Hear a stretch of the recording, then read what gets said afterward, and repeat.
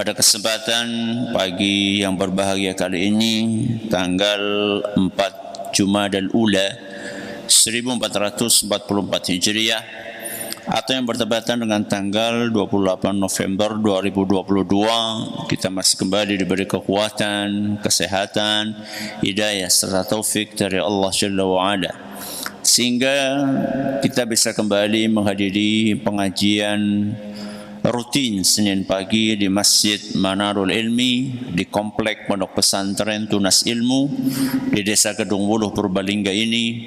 Kita berharap semoga Allah Azza wa Jalla berkenan untuk melimpahkan kepada kita semuanya ilmu yang bermanfaat, sehingga bisa kita amalkan sebagai bekal untuk menghadap kepada Allah Jalla wa Ala. Allahumma amin. Salam dan salam semoga senantiasa tercurahkan kepada junjungan kita Nabi Agung Muhammad sallallahu alaihi wasallam, kepada keluarganya, sahabatnya dan umatnya yang setia mengikuti tuntunannya hingga di akhir nanti. Para hadirin dan hadirat sekalian serta para pendengar juga pemirsa rahimani wa rahimakumullah. Sudah tidak terhitung banyaknya orang tua yang mengeluh kepada kami tentang betapa beratnya mendidik anak di zaman ini. Betapa beratnya mendidik anak di zaman ini. Karena godaan, rintangan, halangan, ujian itu sangat banyak. Mulai dari kecanduan gadget, apalagi saat pandemi, di mana segala sesuatu serba online, kemudian pergaulan dan pertemanan yang susah dikontrol, entah itu di dunia nyata apalagi di dunia maya. Tontonan yang merusak, baik itu melalui HP atau melalui komputer atau melalui layar televisi, dan banyak faktor-faktor lain yang membuat sebagian orang tua pusing tujuh keliling. Bahkan tidak sedikit di antara mereka yang pasrah, menyerah, dan berubah menjadi tidak peduli dengan perkembangan perilaku anaknya, dan membiarkan anaknya berkembang dalam kondisi yang sangat memprihatinkan. Padahal seorang mukmin itu seharusnya punya sifat dasar pantang menyerah. Tidak mudah untuk putus asa. Kenapa? Mukmin itu punya sifat pantang menyerah.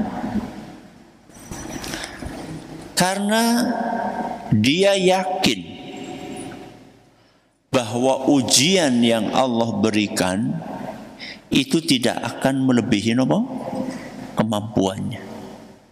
Satu, karena dia yakin bahwa ujian yang Allah berikan tidak akan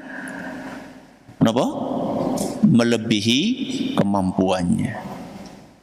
Jadi ketika Allah memberikan ujian buat kita di zaman ini berupa adanya gadget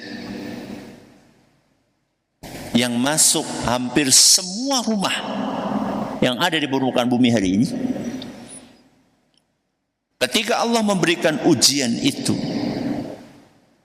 Allah mengetahui bahwa kita mampu untuk menghadapinya.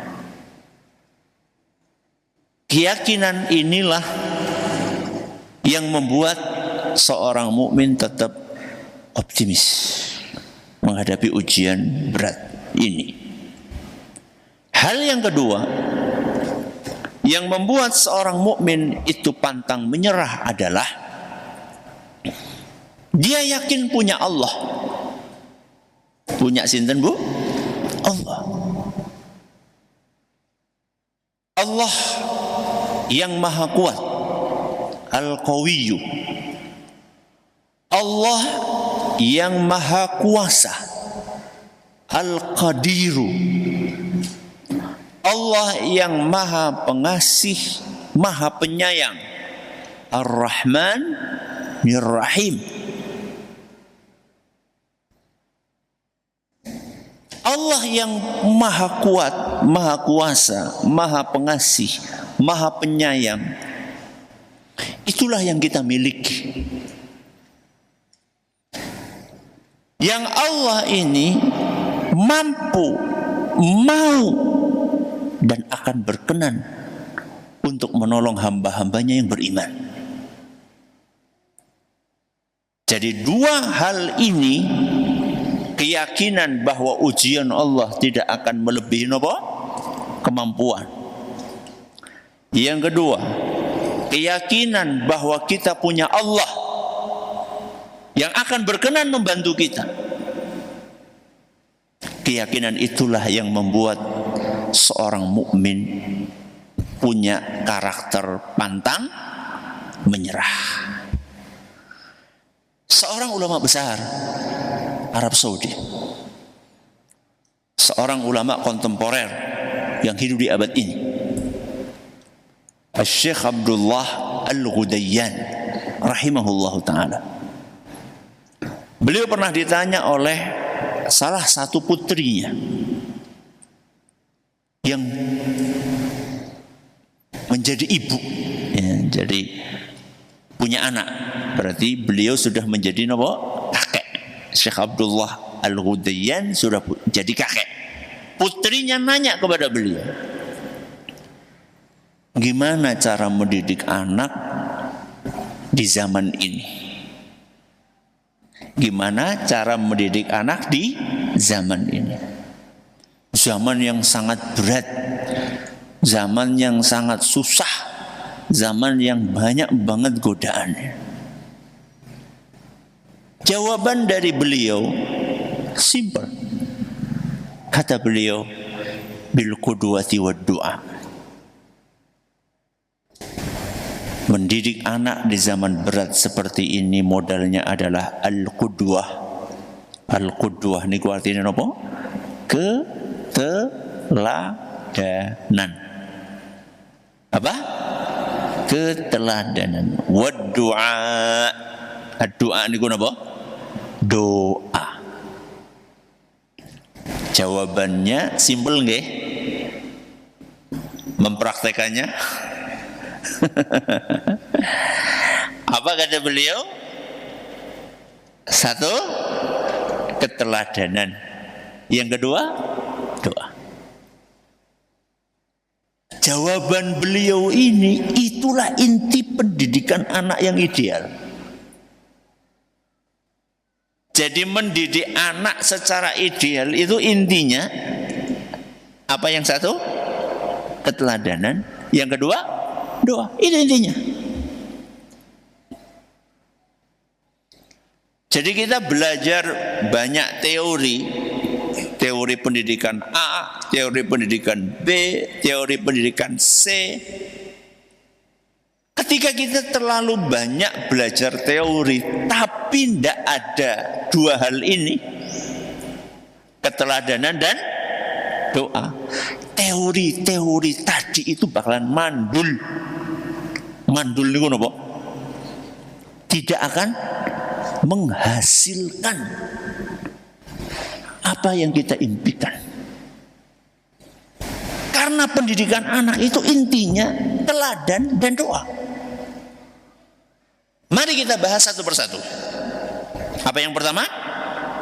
Keteladanan. Kenapa kita membutuhkan keteladanan? Karena manusia itu punya sifat dasar.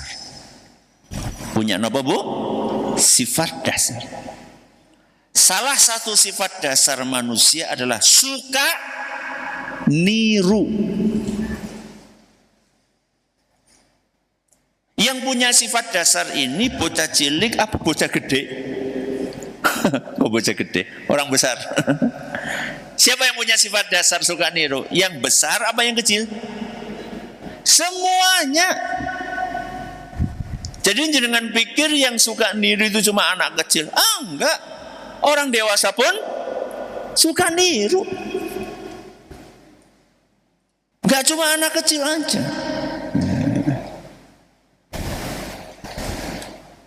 Coba perhatikan orang-orang yang mengidolakan ya, pemain bola, yang mengidolakan bintang film, yang mengidolakan artis. Banyak di antara mereka sudah besar-besar. Apa yang mereka lakukan ketika mengidolakan manusia-manusia tadi? Mereka akan meniru potongan rambutnya, ya, dandanannya, kacamatanya. Ya. Padahal sing ditiru kulitnya putih, sing niru kulitnya ireng. Sing ditiru irungnya mancung, sing niru irungnya orang mancung. Segala sesuatu diplek, dibikin sama, ya ora nyambung, Mas. Ya. Jadi sifat dasar suka niru itu ada dalam diri manusia. Maka karena manusia punya sifat dasar suka meniru, kita harus memberikan contoh yang baik untuk ditiru. Kita ulangi. Karena sifat dasar manusia suka nopo? Niru, maka kita harus menyediakan contoh yang baik supaya ditiru. Nah, kalau kita bicara anak-anak, siapa yang paling bertanggung jawab menyediakan contoh yang baik? Sinten? Ya ramane karo piyunge, bapak dan ibunya. Mereka yang paling bertanggung jawab untuk memberikan contoh yang baik.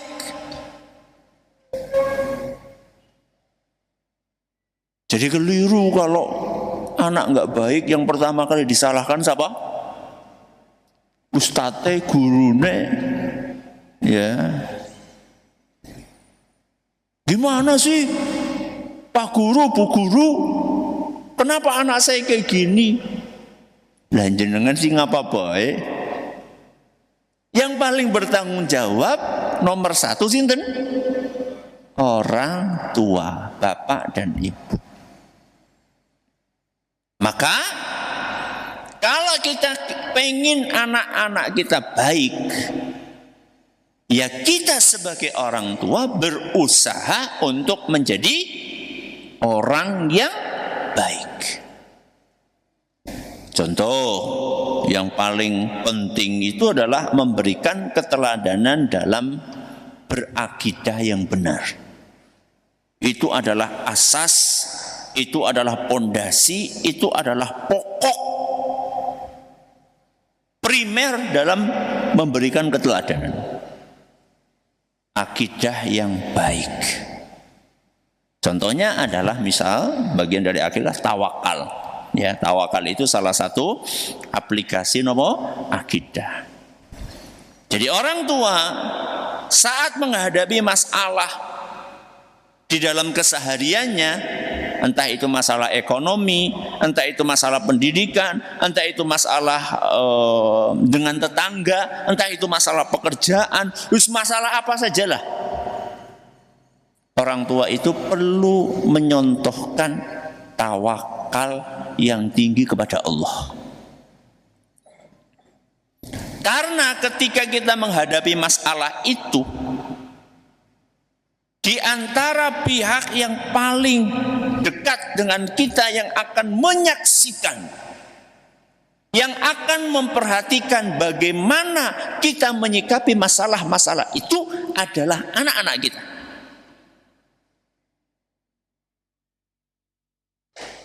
Tanggal tua. Tanggal apa? Tua. Masalah mboten, Bu? Bu, masalah mboten tanggal tua? Ya tergantung ana duit apa ora, Ustaz. Tanggal nomor ana duit ya masalah. Berarti bukan tanggal tua, tanggal muda. Enggak ada duit, masalah enggak? Masalah mboten, Bu? Masalah. Beras habis, masalah bukan? Masalah. Ya. Ketika beras di rumah kita habis, kita menghadapi masalah. Anak kita akan ngelihat bagaimana orang tua saya menghadapi masalah ini. Ketika kita membiasakan diri untuk bertawakal kepada Allah, usaha iya, tawakal nomor 1. Ya, kita ajak anak kita, ayo nak, doa sama Allah, nak. Doa sama Allah. Ayo minta sama Allah, nak. Abi, umi, bapak, ibu mau kerja, nyari beras.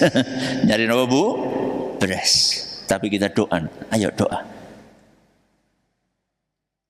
Bu, jenengan pernah, Bu, beras habis ngajak anak doa? Pernah? Hah? Pernah tahu? Ya Allah. Nek berasnya jenengan habis pripun, Bu? Nembur. Ngutang. Atau protes sama suami. Cepak berasnya. Ya. Ini kan keteladanan. Ini kan keteladanan. Anak minta sesuatu kepada orang tuanya. Orang tua belum bisa memenuhi permintaan anaknya. Apa kita sudah ngajari anak untuk bertawakal kepada Allah? Aku pengen dibelikan tas kayak temanku. Kan tasku udah lama. Biasanya orang tua jawabannya gimana? Nanti anak nunggu gajian. Kenapa kita tidak mengawali dengan ayo nak minta sama Allah, doa nak sama Allah? Kenapa kita tidak biasakan anak kita itu memiliki ketergantungan kepada sinten? Allah. Kenapa selama ini kita membangun ketergantungan anak kepada sinten? Gaji. Padahal awal bulan itu mungkin enggak gajiannya enggak turun. Mungkin. Mungkin.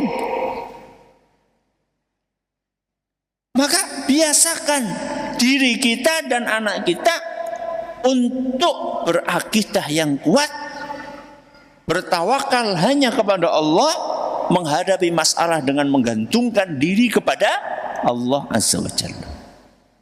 Contoh, keteladanan yang lain setelah akidah,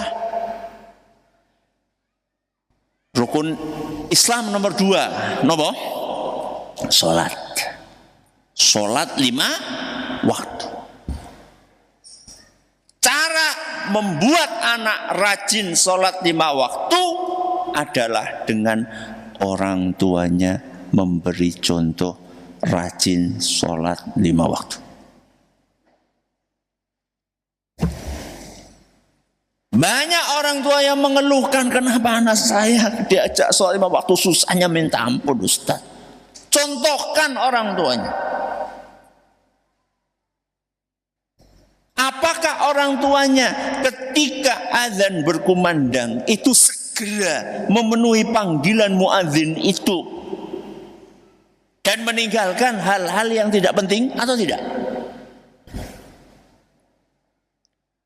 Atau justru azan berkumandang tetap asyik di depan TV?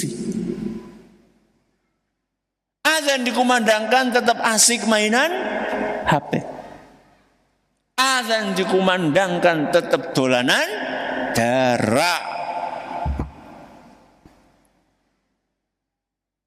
Itu keteladanan. Itu keteladanan. Dimulai dari sholat 5 waktu yang fardu-fardu. Baru kemudian yang sunnah.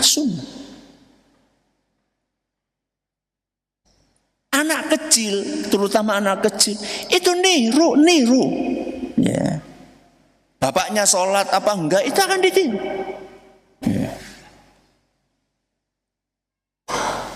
Seringkali tanpa kita suruh nih, melihat anak itu melihat bapaknya sholat, akan ikut sholat tanpa kita suruh. Sering seperti itu.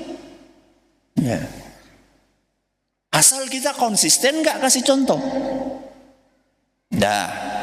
Sholat 5 waktu.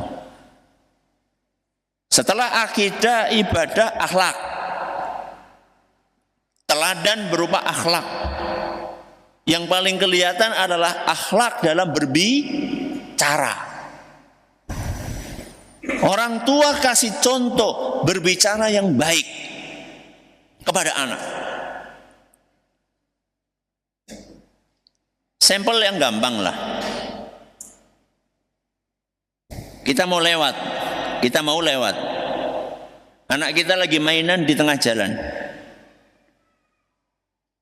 Apa biasanya ucapan yang terlontar dari mulut orang tua? Anak di tengah jalan di rumah. Ya, rumah kan ada jalan ya. Perpindahan dari satu ruangan ada lorong gitu ya. Anak kita mainan di situ, kita mau lewat. Apa yang kita ucapkan? Bu? Apa bu? Minggir. Apa maning? Awas. Apa maning? Dolanan aja kene gitu. Padahal ada nggak kalimat yang lebih bagus? Kalimat yang lebih bagus daripada awas, minggir, nganah apa? Bu?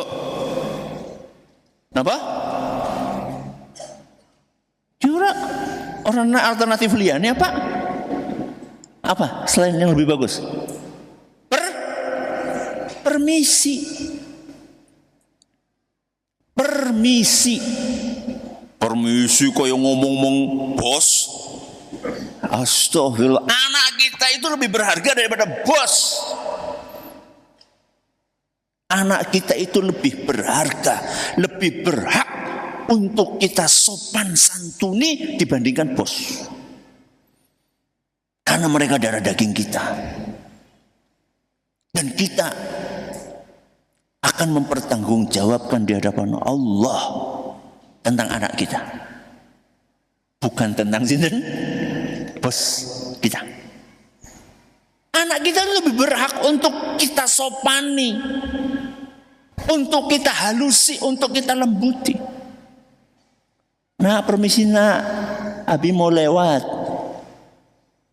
Permisi nak, permisi. Ya. Ajari lisan kita itu kita biasakan untuk ngomong yang sopan-sopan. Dan itu akan dicontoh oleh anak kita. Jenengan bu, ketika dipanggil sama anak, bu, apa jawabnya? Dalam apa-apa, temenan. Ya. Apa? Akhirnya dicontoh sama anak kita dipanggil sama ustadznya, jawabnya apa? Apa? Kenapa? Karena kalau dia manggil bapak dan ibunya jawabannya apa? Kita kan pengen anak kita dipanggil jawabannya dalam kan? Maka kita kasih contoh seperti itu kepada anak kita. Pak, dalam le. Loh Ustaz, dalam itu kan dari yang muda, dari yang muda kepada yang tua. Loh, kita ini lagi ngajari. Kita ini lagi ngajari anak bagaimana cara menjawab yang sopan.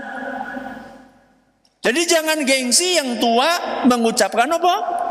Dalam kepada yang muda. Jangan gengsi, wong kita lagi ngajari kok. Lagi ngasih contoh begini loh nak caranya jawab. Ya. Lisan. Ya. Dan masih banyak contoh yang lain. Akhlak ini nggih. Termasuk akhlak yang sering dikeluhkan oleh orang tua adalah kecanduan gadget. Anak gimana Ustadz supaya nggak kecanduan gadget? Ya kasih teladan. Apa teladannya? Ya orang tuanya jangan kecanduan gadget. Ada nggak Bu orang tua yang kecanduan gadget? Banyak.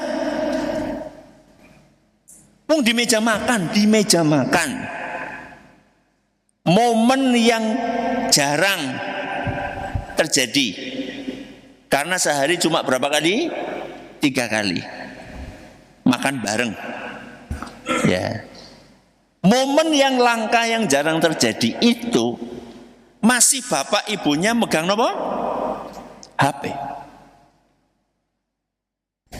Apalagi di selain momen langka itu, di kamar, di ruang tamu, sing cekel HP terus. Numpak mobil yang dicekel HP. Numpak motor banyak kan, numpak motor sing dicekel apa? HP nang ngarep, medeni banget kan. Ya. Ibu-ibu juga demikian, dibonceng bapaknya nang mburi dolanan HP. Udah ndongakaken bapaknya ben selamat malah dolanan HP, asyik dolanan HP. Nggih, Bu? Nggih, Bu? Nggih mboten. Loh, kita ini pengen anak kita nggak kecanduan gadget. Ya kita kasih contoh. Bapak dan ibunya jangan kecanduan gadget. Aduh susah Ustadz. Ya kalau jenengan yang dewasa, yang akalnya sudah sempurna saja merasa kesulitan, apalagi anak yang akalnya belum sempurna. Saya tanya, akalnya orang dewasa dengan akalnya anak, sempurna mana? Orang dewasa lah. Karena orang itu semakin tambah umur, akalnya semakin sempurna. Anak kecil akalnya belum sempurna, orang dewasa akalnya sudah sempurna.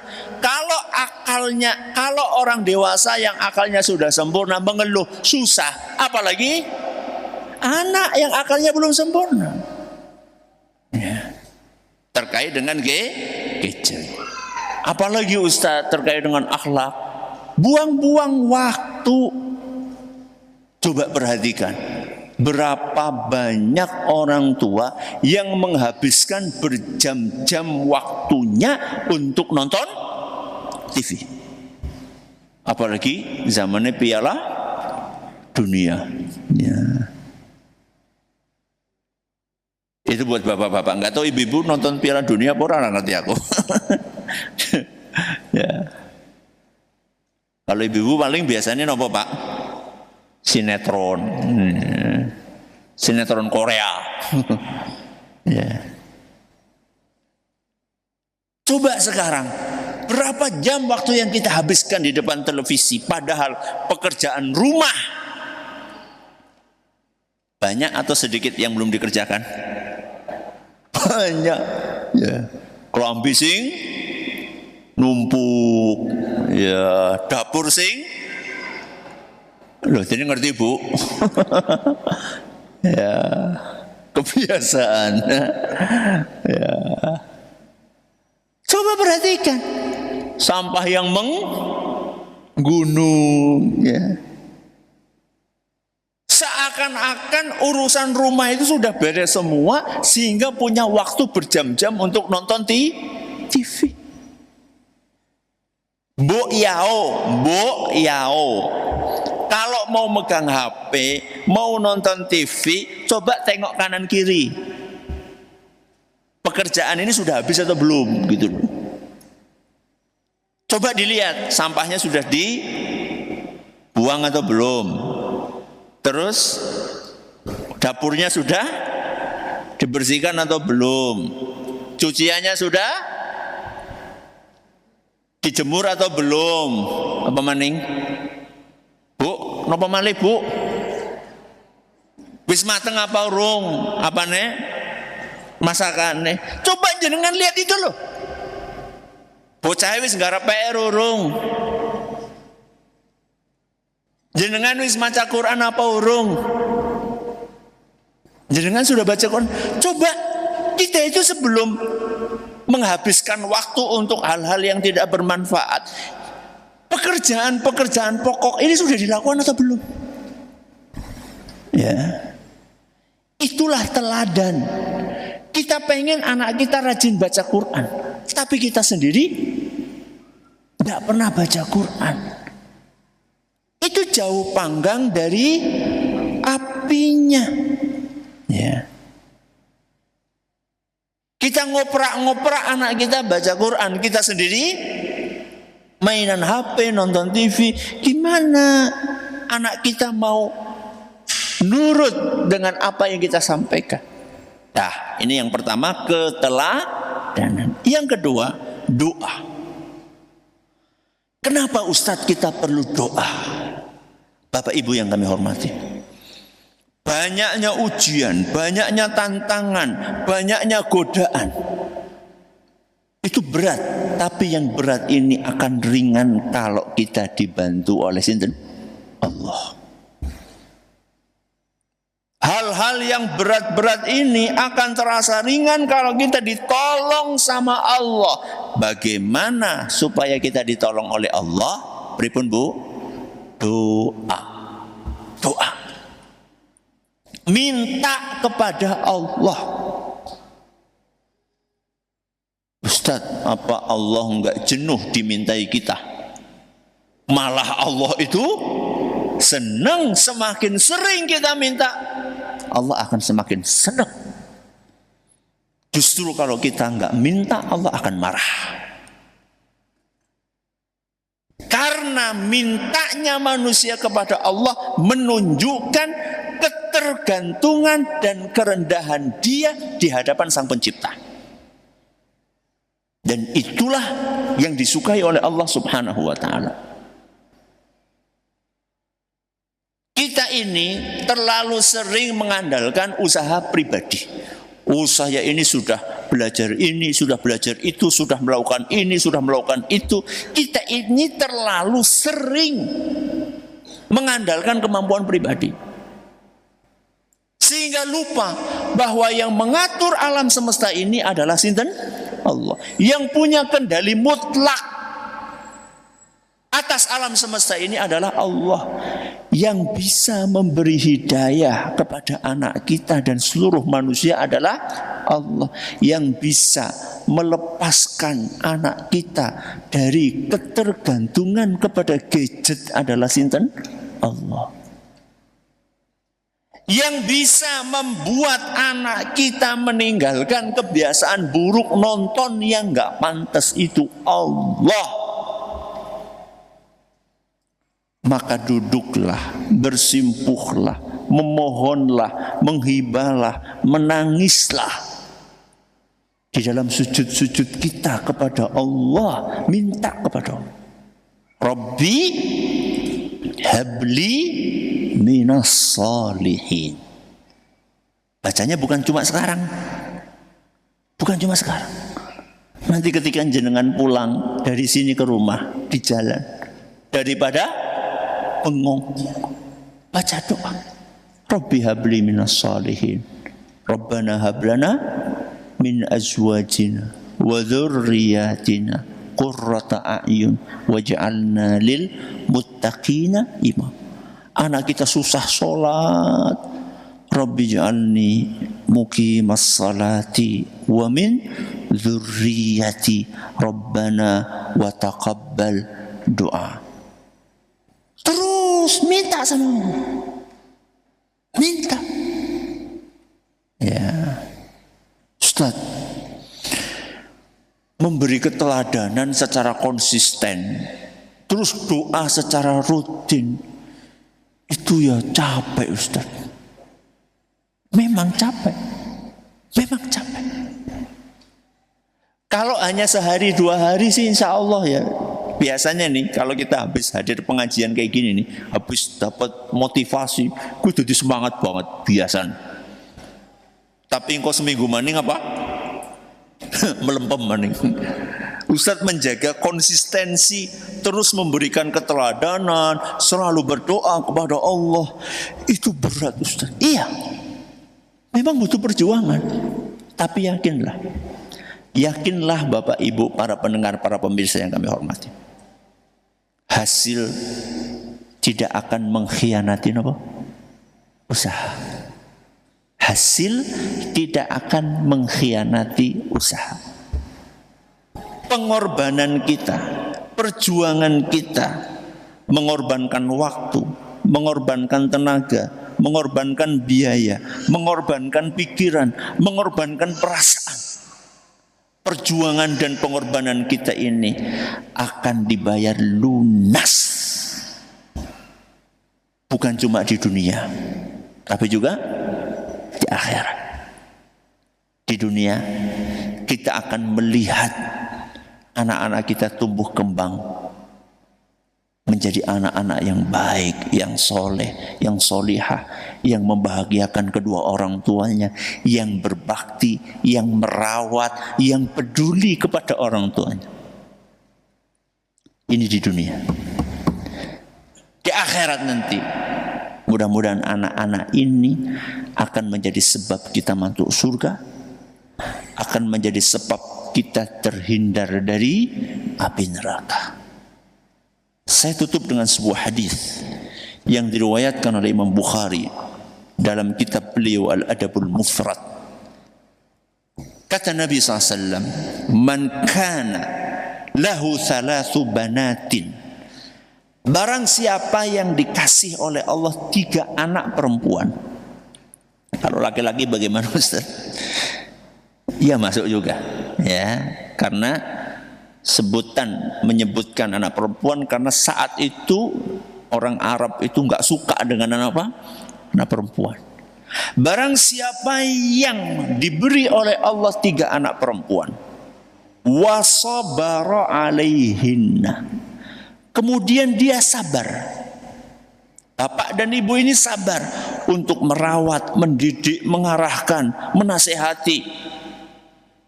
Wa kasahunna min jiddatihi, kemudian memperhatikan pakaiannya, kebutuhannya, menutup aurat atau tidak, keperluan primernya dipenuhi oleh orang tua. Kunna lahu hijaban minan nar, maka anak-anak ini akan membuahkan untuk orang tuanya perisai yang akan melindungi orang tuanya dari api neraka. Buah dari pengorbanan, perjuangan kita dalam mendidik anak-anak kita. Mudah-mudahan kita termasuk orang-orang tersebut. Allahumma amin. Sisa 3 menit ya, silakan. Ada pertanyaan 1 enggak apa-apa. Baik, terima kasih jazakallahu khairan Ustaz. Kami bacakan pertanyaannya. Assalamualaikum warahmatullahi wabarakatuh Ustaz. Waalaikumsalam warahmatullahi wabarakatuh. Ustaz, ana hamba Allah dari Kebumen, izin bertanya, apakah kita berdosa jika putus asa menasehati anak hanya mengandalkan berdoa saja? Karena jika menasehati akan menyakiti perasaan orang tuanya Ustaz. Syukran jazakallahu khairan. Ya enggak boleh lah. Berhenti menasehati enggak boleh. Tapi bedakan antara berhenti menasehati dengan mengatur waktu dalam menasehati. Beda. Jadi berhenti menasehati itu artinya kita nggak mau nasehati lagi. Sampai kapan? Sampai mati. Itu nggak boleh. Ya, itu nggak boleh. Ya. Tapi mengatur waktu nasihat itu baik. Jadi nasihat itu disampaikan tidak harus 24 jam pagi sampai malam, bukan. Ketika kita menyampaikan nasihat itu, kita perlu memilih waktu. Memilih apa? Waktu. Waktunya pas enggak? Memilih ungkapan. Memilih apa? Ungkapan. Kata-kata yang diucapkan dalam nasihat itu dipilih. Yang kira-kira tidak menyinggung perasaan. Rasulullah SAW saja menasehati para sahabatnya tidak terus-menerus dalam arti 24 jam. Enggak. Kenapa Nabi SAW tidak melakukan itu? Kata Ibnu Mas'ud radhiyallahu anhu, makhafatas sa'amah. Karena Rasul SAW khawatir para sahabatnya jenuh. Jangan bayangkan nggih. Siapa sih para sahabat Nabi? Abu Bakar, Umar, Utsman, Ali. Imannya Abu Bakar, Umar, Utsman, Ali sama imannya anak-anak kita itu kuat mana? Yoran anak seujung kukunya. Artinya selevel Abu Bakar, Umar, Utsman, Ali dan 10 sahabat yang dijamin masuk surga saja, Nabi SAW khawatir mbok bosen kalau terus-menerus dikasih nasihat tanpa jeda. Bagaimana anak kita? Bagaimana dengan anak kita? Maka saya nasihatkan kepada penanya dan juga kepada kita semua, bukan dihentikan nasihatnya, tapi diatur nasihatnya. Memilih waktu yang pas, memilih ungkapan yang pas, dan kadang-kadang tidak harus jenengan yang ngomong. Jenengan bisa minta tolong kepada orang lain. Siapa orang lainnya? Sinten Bu? Radio. Itu orang lain. Alias nyetel radio. Atau lewat cuplikan video yang dikirim lewat WA. Sekarang kan banyak banget cuplikan-cuplikan video. Atau lewat buku. Jadi kita harus meragamkan cara dalam menyampaikan nasihat. Tidak harus kita yang ngomong. Ustaz, saya berhenti karena sakit hati saya saat menyampaikan nasihat dibalas oleh anak dengan omongan yang kasar. Itu bukan alasan, Bu. Itu bukan alasan, Pak, untuk meninggalkan nasihat. Rasulullah SAW diomongin jelek nggak sama masyarakatnya? Banyak banget. Dikata-katain lebih parah daripada jenengan. Tapi Nabi SAW nggak berhenti untuk menasehati masyarakatnya. Beliau jalan terus. Terus bagaimana Ustaz resepnya supaya tetap istiqomah? Ya tadi sudah saya sampaikan. Yang butuh doa nggak cuma anak kita, kita pun juga butuh doa. Minta kesabaran kepada Allah. Kemudian yakinlah bahwa tantangan yang Anda hadapi saat menasehati anak, tantangan ini semakin berat, pahalanya juga semakin besar. Mudah-mudahan bermanfaat. Terima kasih atas perhatiannya. Mohon atas segala kurangannya. Kita akhiri dengan doa kafaratul majlis. Subhanakallahumma bihamdika asyhadu an la ilaha illa anta astaghfiruka wa atubu ilaik.